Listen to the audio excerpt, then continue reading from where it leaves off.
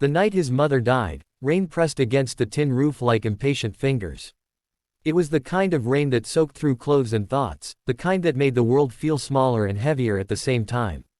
Ayaan sat on the floor beside her bed, holding her hand, feeling the warmth fade minute by minute. Her breathing was shallow, uneven, like waves breaking against rocks that had finally decided not to resist anymore. "You'll be fine," he whispered, even though the words felt like lies the moment they left his mouth. She smiled weakly, the lines on her face deepening, eyes searching his as if memorizing him for another life. "You've always been a terrible liar," she said, her voice barely more than breath. "But you have a good heart. Don't let the world take that from you." He nodded, swallowing the lump in his throat. He wanted to promise her everything. That he would be strong. That he would be successful. That he would never be lonely again. But the only thing he could manage was tightening his grip on her hand as the rain grew louder. When she was gone, the room felt hollow, like something essential had been removed and replaced with silence. Ayaan stayed there long after the doctor left, long after the nurse covered her face with a sheet. He felt numb, suspended between moments, unsure how to move forward when the person who had been his anchor was suddenly gone. The days that followed blurred together. Condolences came and went. People spoke in soft voices and told him time would heal everything. He nodded politely, but inside, he felt a growing emptiness. His mother had been his reason, his compass. Without her, every direction felt wrong. He returned to work 2 weeks later, sitting behind his desk, staring at the computer screen without seeing it. His colleagues tried to act normal, but there was an invisible distance between him and everyone else.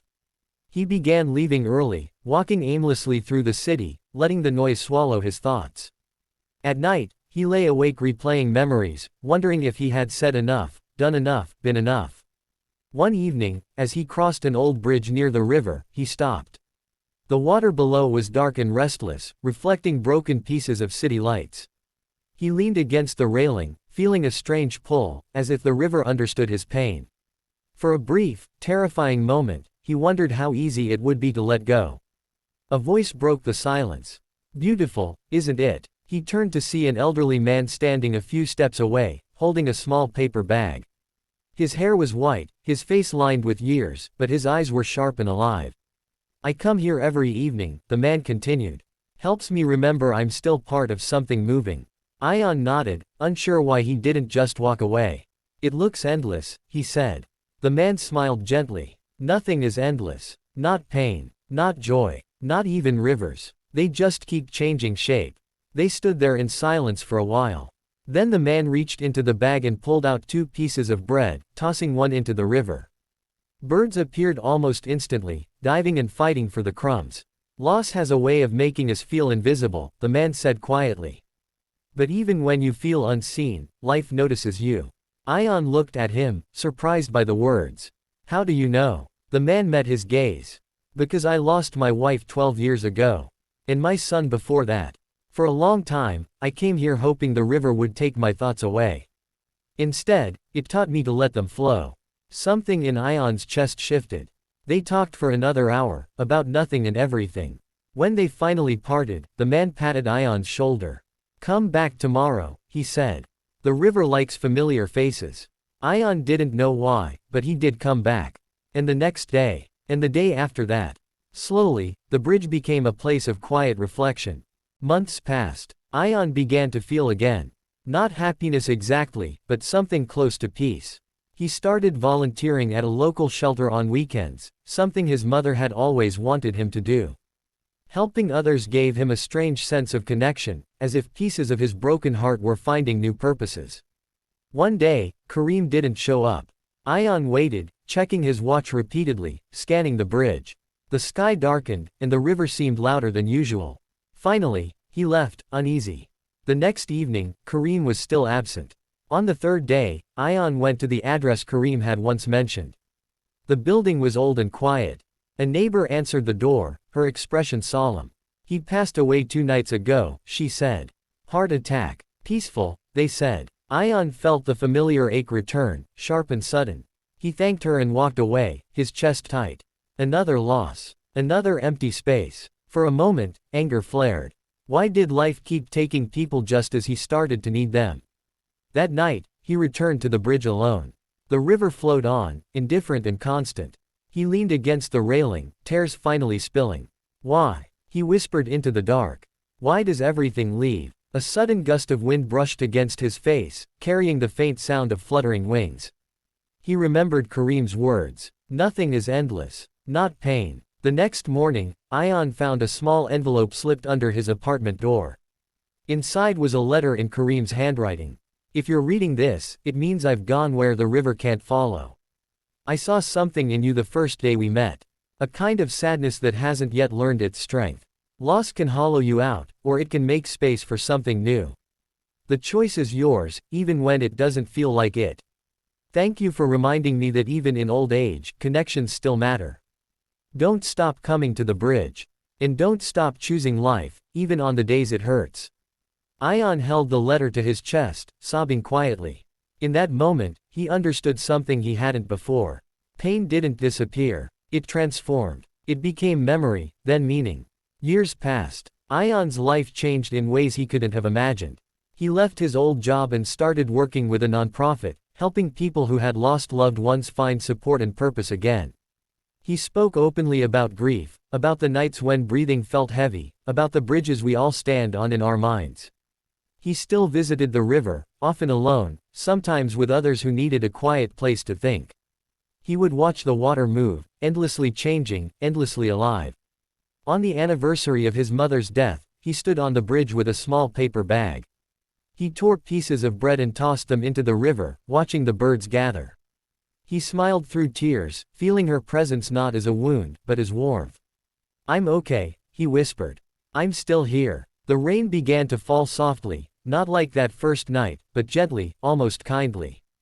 Ayaan closed his eyes and breathed deeply, letting the moment settle into him. Life had taken much from him. But it had also given him something unexpected. The understanding that even after loss, the heart can learn to hold more, not less. And as the river flowed beneath the bridge, carrying reflections of the past and promises of the future, Ayaan knew he would keep choosing to stand, to feel, and to live. The night he decided to disappear, the city felt louder than usual. Every sound seemed to mock him.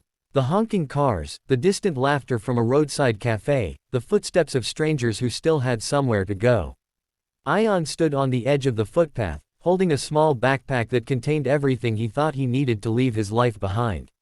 Inside were a few clothes, his passport, and a folded photograph he had tried many times to throw away but never could. The photograph was old, slightly torn at the corners. It showed him and his younger brother Sammy standing in front of their childhood home, both smiling widely, unaware of how fragile happiness could be. Sammy had been gone for 3 years now, taken by an accident so sudden that Ayaan's mind still refused to accept it fully. Some days, he felt like his brother had just stepped out and would return any moment. Other days, the absence crushed him so completely that breathing felt like work. Tonight was one of those days. Ayaan adjusted the straps of his backpack and started walking. He didn't look back. He told himself that leaving was the only way to survive. The memories were everywhere. In the walls of his apartment, in the streets he walked every day, in the silence that followed him home each night. He believed distance could erase pain, or at least dull it enough to make life bearable. He didn't notice the rain at first. It began as a soft drizzle, then grew heavier, soaking his clothes, sticking his hair to his forehead. He kept walking until his legs ached and his chest burned. Eventually, he reached a small bus stop at the edge of the city, almost deserted at this hour. One flickering streetlight cast long shadows across the wet road. He sat down, exhausted, and stared at the dark sky. The last bus had already left. He would have to wait until morning. A voice broke the silence. Looks like the night isn't letting you go anywhere. Ayaan flinched and turned. A woman stood a few steps away, holding an umbrella. She looked to be in her early 30s, her face calm, eyes observant but kind.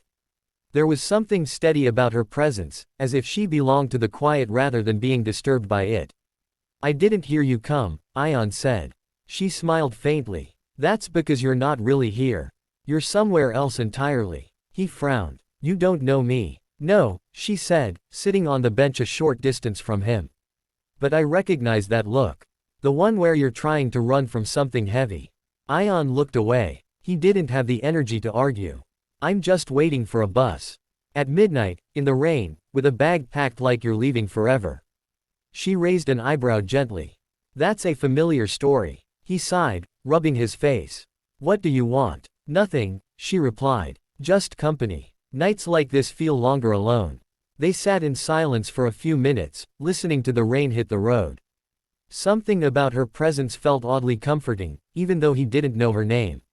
My brother died, Ayaan said suddenly, surprising himself.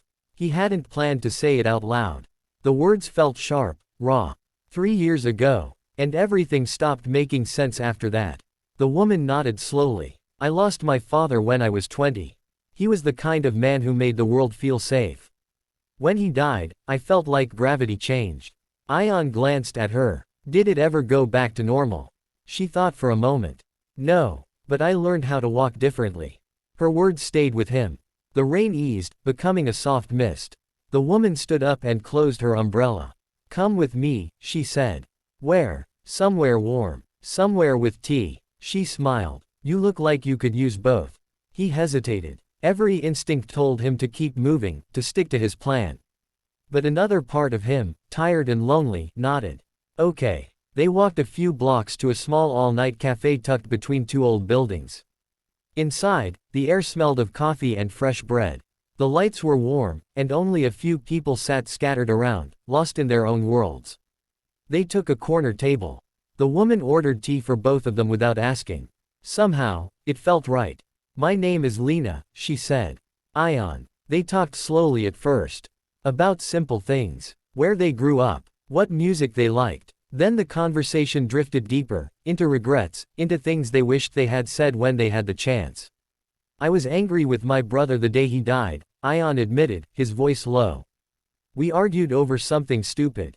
I never apologized. Lena listened without interrupting. We often think we have more time than we do. He nodded, his throat tight.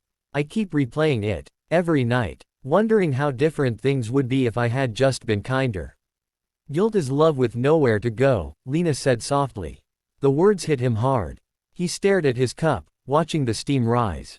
For the first time in years, he allowed himself to cry in front of someone. Not loud sobs, just quiet tears that slipped down his face. Lena didn't rush him. She didn't offer empty comfort. She simply stayed. When the cafe owner announced closing time, Ayaan felt a strange sense of loss. He realized he didn't want the night to end. Outside, the rain had stopped completely. The streets glistened under the streetlights. I should go, Ayaan said, adjusting his backpack. Lena nodded. Where will you go now? He paused. I don't know anymore. She looked at him thoughtfully. Sometimes not knowing is better than running. They stood there for a moment. Then Lena reached into her pocket and handed him a small piece of paper with an address written on it. If you need a place to sit with your thoughts, come here tomorrow evening. I volunteer at a community center. We listen. We don't fix. We just listen. He took the paper, unsure what to say. Thank you. They parted ways without a goodbye that felt final. Ayaan didn't leave the city that night. He went back to his apartment and slept for the first time in weeks without nightmares. The next evening, he found himself standing outside the address Lena had given him. The community center was modest, but warm. Inside, people sat in small groups, talking quietly. Some laughed. Some cried. Lena greeted him with a gentle smile. You came. He nodded. I didn't know where else to go. That's a good enough reason, she said. Over the weeks that followed, Ayaan kept coming back. He listened to stories of loss that were different from his, yet painfully similar. Parents who lost children. Friends who lost each other. People who lost themselves and were still searching. With every story, something inside him shifted. His pain didn't vanish, but it felt less lonely. One evening, as he helped clean up chairs, Lena stood beside him. You know, she said, you have a way of listening that makes people feel seen. He smiled faintly. Maybe it's because I know what it feels like to be invisible. She met his eyes. Then don't disappear. That night, Ayaan went home and took out the photograph of him and Sammy. For the first time, he didn't feel the urge to hide it. He placed it on his desk. I'm still here, he whispered. And I'll live for both of us. Months passed. Ayaan started volunteering regularly. He quit the job he hated and took one that felt meaningful, even if it paid less. He laughed more. He still had bad days, but they no longer defined him. On the anniversary of Sammy's death, Ayaan visited the old neighborhood alone. He stood in front of their childhood home, now occupied by strangers. He felt sadness, but also gratitude. Love hadn't ended. It had changed shape. That evening, he returned to the community center. Lena was there, talking to someone new. When she saw him, she smiled, a smile that felt like home. Ayaan realized then that he hadn't just stopped running. He had found a reason to stay. The city was still loud. Life was still uncertain. Pain still visited him sometimes. But he had learned how to walk differently.